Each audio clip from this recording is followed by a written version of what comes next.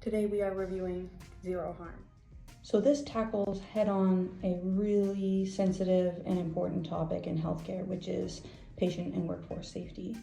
In the very complex and extremely intense environment of healthcare, it can sometimes seem impossible that we would have zero mistakes or zero errors. But this book really takes it head-on and discusses how this can be the case. So they really recommend that zero harm should be our goal, and we should apply proven principles of safety science to make that goal a reality.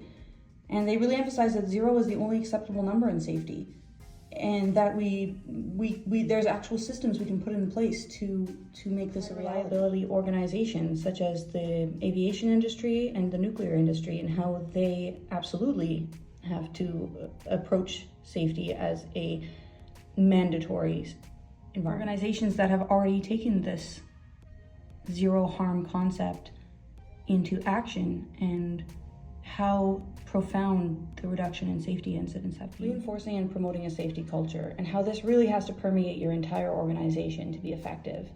And this on top of placing systems into the environment that reduce and identify cause for error can make your entire organization working towards the safety goal. They explicitly define a safety management system, like safety statement, zero harm goal, and a just culture, and break it down into safety culture, safety promotion, and learning systems.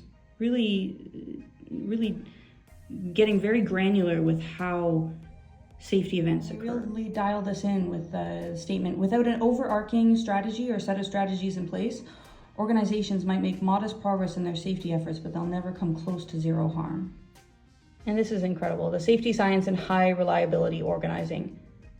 It's easy to not even know that these frameworks exist and that people study this, and there is actual science behind these systems and how to organize them. Blunt end and sharp end system factors, and how to reframe things so that the sharp end workers are less likely to have errors occur. Define this talking about the sharp end, where the frontline workers are the behaviors of the frontline workers, and the blunt end is the system itself. So we can work on things at the blunt end to reduce stress on the people working at the sharp end, reducing human error.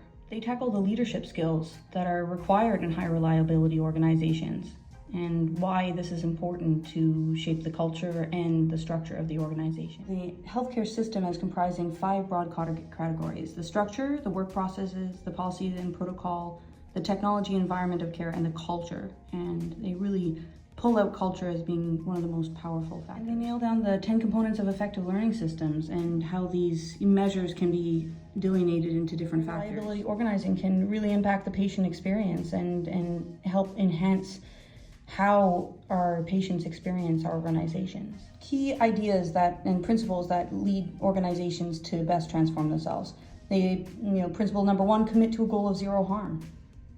They think that's the most powerful thing you can do to start and become patient-centric. And then that will be our true north, is patient centricity. Principle 3, recognize the interdependency of safety, quality, and patient centricity. Principle 4, adopt good data and analytics. They talked about how as you grow through this process, you really need to be measuring them and monitoring the right metrics so that you are evolving in real time. Forming culture and leadership. Really, they spent a lot of time talking about how to really make everyone part of this team of transforming the culture to one of safety. This was a great book, extremely dense, very aspirational, extremely practical. Highly recommend.